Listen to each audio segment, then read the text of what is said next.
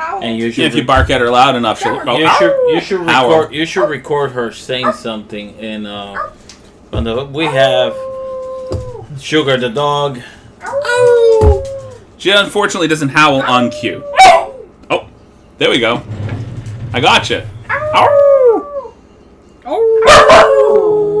There we go. Good Sugar.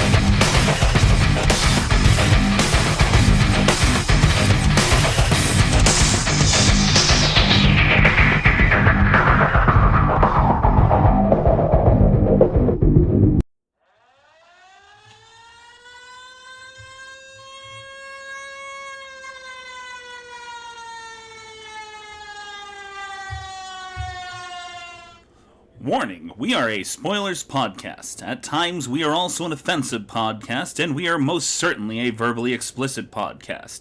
So if you feel for any of your delicate sensibilities, please back up now, before you reach the point of no return. Thank you, and this has been your final warning.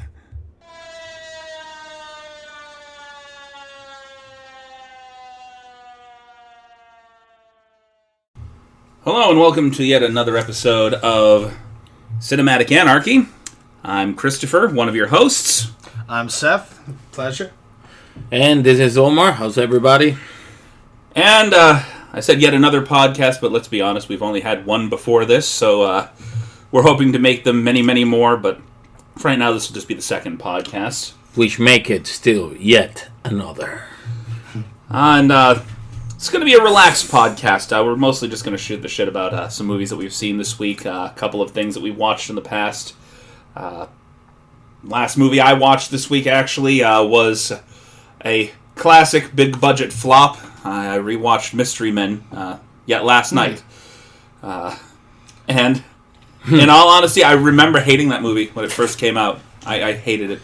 It was... to me, it was a true piece of shit. But in all honesty, it was horrible. But after watching it several times over the years and actually getting to know the actors that are involved, a lot of the jokes seem that much funnier now. Back then, they were just not funny; they fell flat. You have grown. Yeah, I mean, but you have grown. But even when when you watch a movie that, well, this was more the case for me when I watched a movie back in the day. And people kind of would judge me, be like, oh, I love that movie. And they'd be like, no, that movie sucked. I'd be the guy who would just be like, yeah, you're right, no, that movie did suck. But now that I have my own personality, I'm at least like, all right, I love that movie, Well, so the other personalities, I guess, didn't like the movie? Yeah, those are my friends' personalities. It's just okay. And you have to agree with your friends. I don't agree with my friends half the time at all. You really don't have. Yeah, don't worry, guys. You guys don't agree with me all the time. We're not going to agree with each other all the time. We're not going to agree now. But Mystery Men was one of those movies I actually saw in the theater. And if I fork over my money to go and buy popcorn and a soda at $10 and then sit down to watch your movie and it bores the hell out of me, I am the guy that gets up and walks out the second it starts boring me. That's because you buy your own popcorn. That's really why. Right. No, honestly, you'd think that would motivate me to stay a little bit longer. I invested some money in this. I should just see it through. No, that's what ticks me off. It's like I invested money. That's really the reason. Mm-hmm. You buy your own popcorn. You decide when the leaving gets going. Just a couple of nips in the movie theater, though. This weekend, I was lured by the promise of TNA to watch a movie. A really bad movie. Uh-oh. Graveyard Tramps. Okay, that sounds like a glorified TNA movie. There was D and there was A, and there was a whole lot of killing, but yeah, it was definitely not what I expected, except for the fact that I laughed with it a lot. which is the reason why I gravitate towards that movie. So it wasn't time wasted. It was just not what I expected. Understandable. There was D, there was A, and a whole lot of killing. But everything was done so badly that it was very funny. So, if you're down for a laugh, check that out, guys. No, I checked out Motherfuckers. It's it's a cartoon. That wasn't okay because that honestly sounds like it was behind the curtain. That's one of those things in the room that's marked adults only. Oh yeah. One of them behind the curtain joints. But some maybe video you can stores clear that up for me. Some video stores used to have like a catalog of run instead of like a room. They had a catalog, and you point out it and ordered that back in the day. There's some of those movies you don't want to say out loud. You just no. No, I'm not saying I the want to see title. this one right here. I'm not saying. Yeah, no, you wouldn't say the title, of course, because they will tell you straight up. Don't yell out the title. Do you have no? Well, we don't have Granny Bangers 6. Thank you. I apologize, sir, but if you'd like to look further in the catalog, Granny Bangers 7 though. That one didn't really make it. Could you imagine that? Can I have the nasty nurses? that one's less embarrassing. Yeah, but that's... I guess it depends on your kink. But go ahead. What was Motherfuckers about? So Motherfuckers, it's based this one kid. He's just riding his bike. He's a pizza delivery guy, and he gets into a car accident. Well, he sees a pretty girl. He looks over at her, and he crashes his moped into a car, and he thinks like he's getting hurt, but he starts seeing the shadows of people. Ooh. But they're kind of like squid monsters. So, regular people have regular shadows, but there's a select group of people, like, there's cops, there's regular people, people selling you the newspapers, and they all have a weird shadow, and he thinks he's going crazy because of the car accident.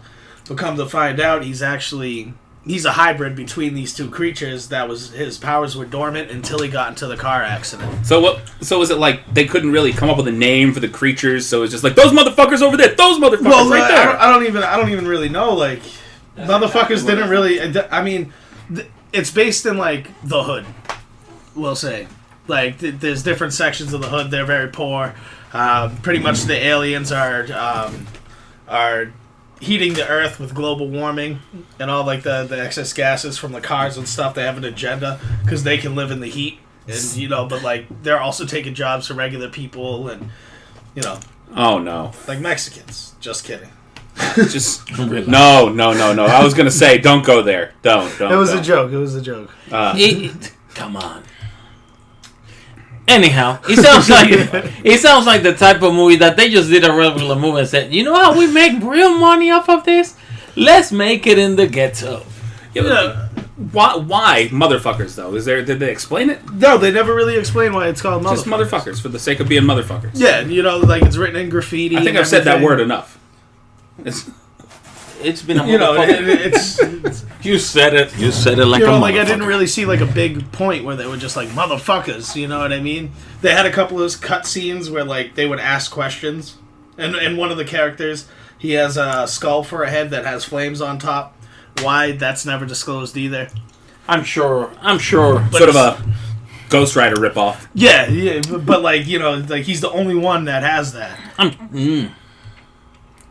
So it's kind of like an power. Yeah, and then they have a talking cat, which is their best friend. Like his somebody was smoking something. Yeah, probably. Yeah, it could have dropping something, smoking something. That couldn't have come from a sober mind, as I like to say about movies like that. But that brings me to the remembrance of the performance by Kenny Fox as Motherfucker Jones. Anybody seen the movies Bad Bosses? Jones. No, or horrible. Is it Bad Bosses or Bosses? Horrible Bosses. Okay, so they were trying to look for a hitman to kill the bosses, and they found that was Jamie Foxx. Jamie Foxx playing, and he said it just like, "My name is Motherfucker Jones." Motherfucker. That's perfect. I watched another interesting film earlier on today. I took in 1957's Monolith Monsters. And I don't get to sit down and watch a lot of old black and whites all that often. This one was corny, cheesy, definitely bad. It's a film about a town in the desert, I think Nevada desert if I'm not mistaken, that was inundated by these alien creatures that were basically obsidian rocks made of silica. Okay. And if you got water on them, much like gremlins, they transform. Oh my god. So these went from these little tiny rocks all over the place, and they grew into these massive things that were just crushing the town. And if you shot at them, broke them apart, they would spread. Oh. And cheesy effects. I mean, obviously you could tell they built a little town, you know. They made a little thing of models, and they had these massive, like, black monolith things looming over the town, just crushing little tinderbox houses. Probably dressed up a toddler as a monster and go crush those little houses, baby. They did have a toddler in there that was slowly turning to stone because she touched one of the rocks, and that was one of their dramatic things, trying to figure out how to reverse the stonification of her, because she was turning solidly to stone from arm up. Petrification. There you go. Stonification. I wanted to get stonificated before I got here, but we came straight from work. I'm creating new words here. That petrification works a hell of a lot better. You got to go with the good old fashioned. Well, cut the arm off. See, when I go through stonification, I can come up with my big words. Ow. Stonification. It's stonification, dude. Feeling a little bit of stonification. Stonification. A lot of stonification. However, what year are we talking about for this movie? 1957. 1957. Then again, so we were halfway between the area of black and white and color films at that point. any movie that is a monster movie that requires special effects before 1962, you gotta forgive. You won't forget. I mean, you will never forget for sure, but you gotta forgive. Yeah, there's a lot of arts and crafts kind of suits going on there. Not the good, Even with the original Star Wars, though, compared once they finally got the CGI in there, but it was like they had just a blackboard in the back with a bunch of, white dots, and they're just flying around them. The sloppy arts and crafts. I'm sorry, that pissed me off when they went back through the original 3 Star Wars films and edited things into it. I mean, don't do that. The only reason why I'm okay with that is because I still have my buddy Brian has never watched Star Wars, not a single one of his life. I never wanted to strangle somebody over a movie, and Star Wars is it. Did he say that he was okay with them fixing the original 3 Star Wars, adding CGI effects? You said that, right? The only reason why I'm okay... He just said it. Come on, we gotta finish this up. He just said it. No, but the reason why I was okay with it is because it gives people who would never watch a movie like that a chance to watch it. Because, maybe the scenes are a little better. A chance? I loved it either way. That sounds like bait. I had the original box office, trio, you know what I mean? VHS. The original VHS cassettes? Yeah, I loved it, and I wish I knew where those went. I might even still have them. My mother has a whole thing of cassette tapes that we're gonna have. Hold on to those. So, Star Wars. Speaking of Star Wars, what if I told you that I did watch parts of the Star Wars movie originally before in the past, but I never really paid attention to a Star Wars movie? By the time I did, I had 2 of my 3 kids already. I was like a full-grown man, Yeah, and that's when they put the CGI into it, and you were a little more apt to watch it. Because you remember they came out in the late 70s. Yeah. I was a little child. I'm already 44. So, we're talking here. Actually, I sat down a Sunday and watched the first couple of them. On a Sunday, just watched it, drinking a beer or whatever, making some food, and watched it with my boys. And that was the first time I really paid attention to a Star Wars movie. And I always wanted to watch it, but I never got around it. Yeah, and then you finally watch it and you realize that in a galaxy far, far away, there is a hero that we'll never meet, There's a hero. Okay. I was actually brought into the Star Wars trilogy, the original trilogy, by 1983's Return of the Jedi. So I remember that being my parents had this old station wagon, one of the wood paneled ones, and they strapped a mattress to the roof.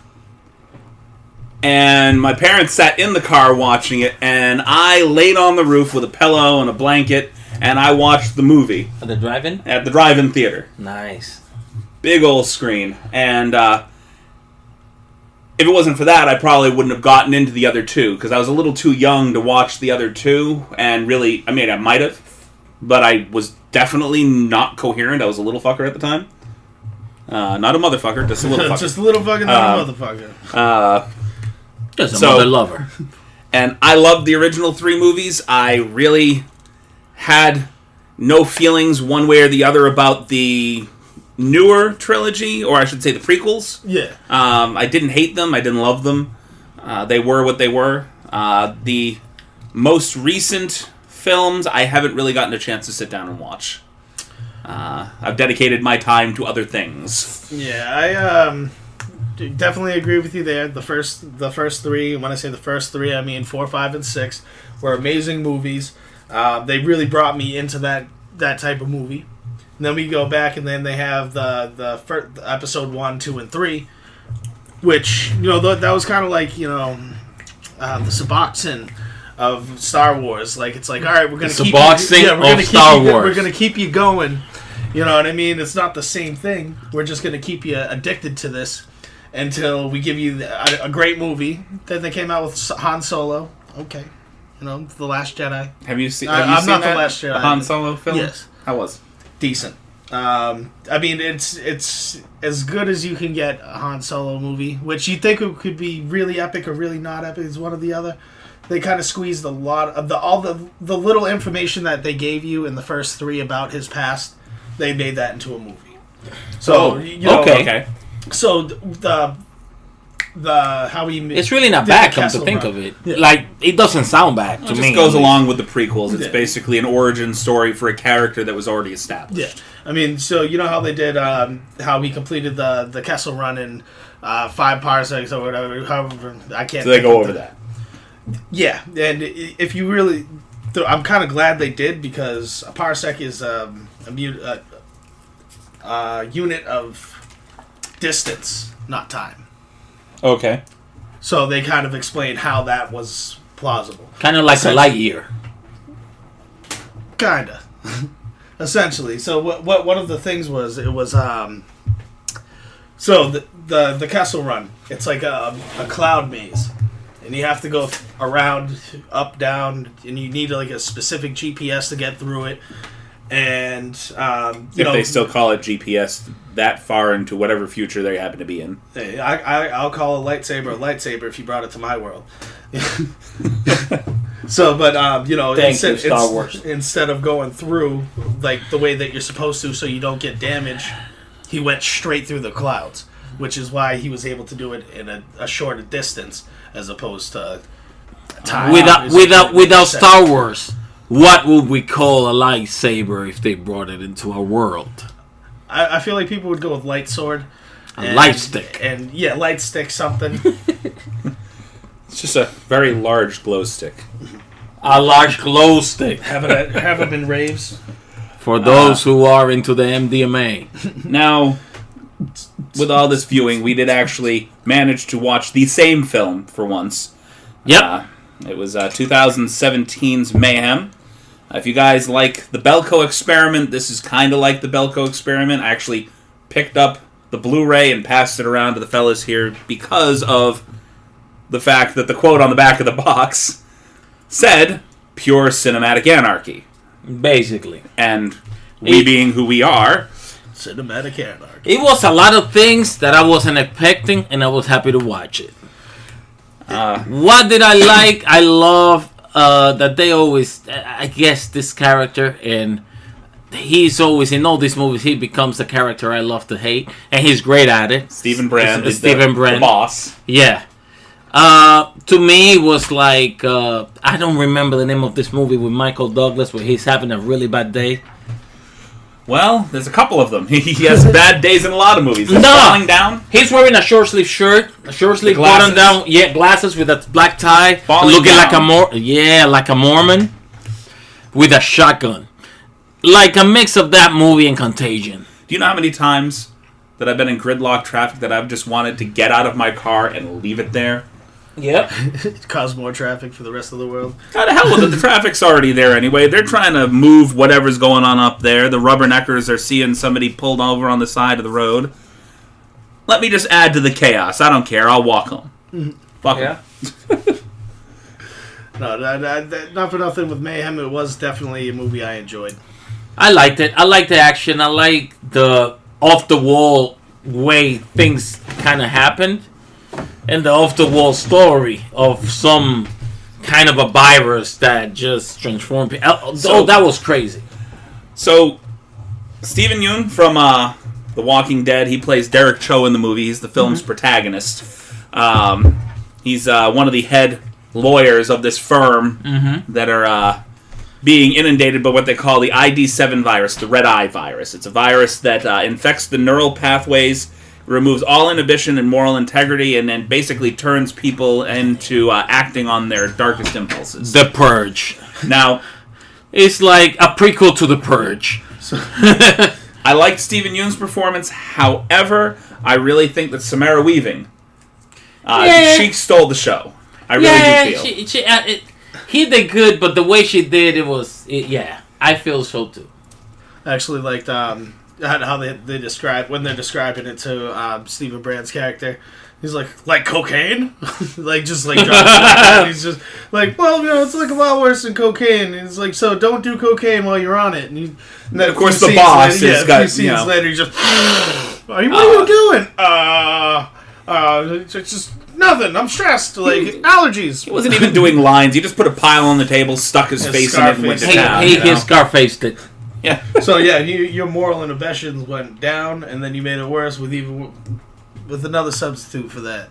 Yeah, it's kind of But I liked it. I liked it, and I liked that it was way more than I expected. Yeah. Because I usually, if I'm gonna watch a movie, if it looks good on the front cover, I don't even read the back. I kind of like how they set up the movie. It was like a series of boss battles from the beginning to end. Mm-hmm. Basically. Like floor 1. All right, we have to beat floor 1 to get to floor 2. They're working from the basement literally to the top of the floor with all the weaponry that they found. Okay, wait, hold on. Let's back up just a minute. Just the amount of weaponry and stuff that they found in that locked closet down in the basement. What in the hell is that there for? Oh, it's probably the maintenance closet for the building, but that's also their prisoner room. So they hide all the prisoners with easily accessible As much weapons. stuff as was in there, though, it's like this was a construction crew worth of material down here. Nail guns and circular saws and you just happen to have a nail gun that isn't, air pressured, powered. It's battery powered, so they can just drag it through the whole entire place. CO2 tank, who knows? Yeah. It's a lot like somebody did some acid and sat down and watched that movie with Michael Douglas, Boiling Down. Boiling Down. That movie we were just talking about. Falling Down. Sorry, people. It's okay. Watch that movie with Michael Douglas, then watch Contagions, then spend the rest of the night playing video games. Yeah. In the morning, they wrote the script to Mayhem. But don't get me wrong. The way everything was executed, the scenes, it was great. I liked it. Even as a bad movie, it was very good because of the action in it and everything that happened. It was good. There was very well choreographed scenes. My only real detraction, the only thing that I really didn't like about the entire movie was all of the really heavy, bloody scenes. It was all off-screen violence. Yeah. There really wasn't anything, upfront about it. You're not seeing a lot of the gore, and I would have liked to have seen it just a little bit more... homage to the 60s. Up close the little splatter. Yeah. When What's-Her-Face falls on the treadmill. Or, the assistant, has her assistant throw away the card. That she microwaves yes. She falls down onto the treadmill. And you don't see that gore until you see that she's dead, and that's why she's dead. You hear blood splatter as if you're just dumping a bucket out, and then you look over and it's that's why it sounds like that. Her head's on the treadmill. They took that classic scene, the guy that was the Reaper, that fella, the guy that was basically the because it sounded the guy who gave you your final notice. Thing was cracking up when he fell on that circular saw that she was using. it was just all you saw was just him. You saw him from the back. You don't see her doing what she's doing. It's just him on top of the saw, and then there's blood. And... So it left a lot to the imagination. But the one thing I didn't like about the movie, don't get me wrong, I love this movie. I've watched it twice. Okay. Already. So one of the things I didn't like though was the fact that it's a neurological thing and it gets rid of your inhibitions, but nobody had the same eye. You know, different eyes, different symptoms. It wasn't both eyes that were doing it. I mean, I get why one person might, I think that was a stylistic choice for the movie. Yeah, but it's a fantasy. It's a fantasy virus. So yeah, but get up on your shit, all right? I know we're all not neurosurgeons, and I think it was no. I think you are. I think you're Dr. Seth. I played doctor once or twice in my life, but I would not. Paging Dr. Zeph. Paging Dr. Seth. I didn't like the board of directors. Because you got the head guy who's just going absolutely batshit crazy. Everybody else has this virus that's in this board of directors, but they all seem to be keeping very level-headed. Yeah. So apparently, by that play, that they have no deep, dark inhibitions at all. Yeah, the kids. I mean, with the head director, he was on his cocaine, so that made him even worse. But yeah, they were kind of just stagnant characters. They stood behind him the whole time, but the second he dies, they're like, "Oh, this place should new master." For all intents and purposes, been a little bit more Lord of the Flies, not Lord of the Fries. Lord of the Fries. But I mean, you had different varying degrees of people just losing their shit. Yes. And so you didn't see a lot of other people kind of experiencing that deep, dark inhibition thing that they're talking about this virus actually doing. With the exception of 5, 6 cast characters. Yeah. I mean, you have when Stephen Yeun makes fun of the guy who's picking on the secretary at the beginning. She's ripping her a new asshole, and he's like, "Hey, look, take a look. This is you getting a blowjob at last year's Christmas party. Chill the fuck out." He flips out in the beginning. He was already pissed, but because the virus was exposed to him as well, he went straight to go kick his ass. But he was there. I mean, if everybody's freaking out, it's just who's the better killer at that point? Exactly. I just punched the rhino in the face. Who's the one who was he was a killer off. You got not too many deaths, though. Not too many deaths. No. You gotta be the likable murderer, the happy, insane little clown going through and just plucking people off one by one. Yeah. When you see him painting at the end, though, I kind of thought they were now locked in a psych ward. I thought that's what the big twist that was kind of creepy. Yeah, they made it through it, but they banked it on we're gonna use this excuse of how this virus makes it so that you can't be in control of yourself. And then they went to go pitch that, but because they had everything premeditated, they were like, "No, this guy got away with it." So you have to have that one guy that got off, which is the reason why everybody else. If we do this within the 8-hour period, we can use this as the excuse. Legally, we can get off for everything. Yeah, but not necessarily one court case is going to affect another. It could, but his kind of seemed more premeditated. Because right. he was this is what we're going to do, and if anybody was against it, then leave now, because we'll kill you if you don't. Yeah, mind you, who was left to tell them that it was premeditated? Yeah. Well, he announced it right to the CDC. He's like, this is what we're going to do here, and he's puts on Dave Matthews Band, which... Here's what's going to happen. Well, that was a running joke through the entire movie. But we'll get into Mayhem in full at a later date. We'll dedicate a whole podcast. Which I love Dave Matthews Band, by the way. I did think that was relatively funny, though. You're not going to play Dave Matthews Band, are you? And it's not. But that's the thing. They didn't stick too stereotypically into movies. When they found the power saw, they're like, "Oh, we're going to be for extreme measures." They didn't wait. Extreme measures only. Yeah. Yeah, that wasn't the final. They didn't use that against. That wasn't the last resort. Yeah, and then. Where else was I going to go with that? So, I forget where I was going with that. Maybe lost your train of thought altogether. We have the extreme measures, and it wasn't used in the final battle at all. It was used halfway through the film. Yeah, so that there was that. What were we just talking about right before that? Seth Lennox Forgetfulness, brought to you by the movie Reefer Madness. Reefer Madness. Reefer Madness. Reefer Madness, Day 3. So, seeing as we've all kind of lost our train of thoughts, I think we'll go ahead and we'll cut it off here for the day. I thank you for tuning in and listening to us on whichever platform you managed to pick us up on this time. Or, hell, if you just sneezed and decided, we'll stay here. I don't know what this is. I sneezed all over my phone. I'm wiping it off, but it's playing something now. We'll stay here for a little while. Thank you for that, too. God bless you. And us losing our train of thought, brought to you by the movie Up in Smoke with Cheech and Chong. Up in smoke, half-baked. If I was stoned, that would have been a way crazier train. But thank you for coming, guys. Thank you for listening. Honestly, if you did sneeze and you're on our podcast, listen. Should have said that at the beginning. You can listen to us anytime you'd like. We're going to try and do that one podcast a week at minimum. And tell your friends and family. Sneeze is included for no additional cost. And if you hate us, tell your enemies, too. Please. Yes, tell your enemies. Let them listen. Listen to us twice. If we're nails on a chalkboard, that'd be perfect. Just torture them. Yo, we got to check out this podcast, bro.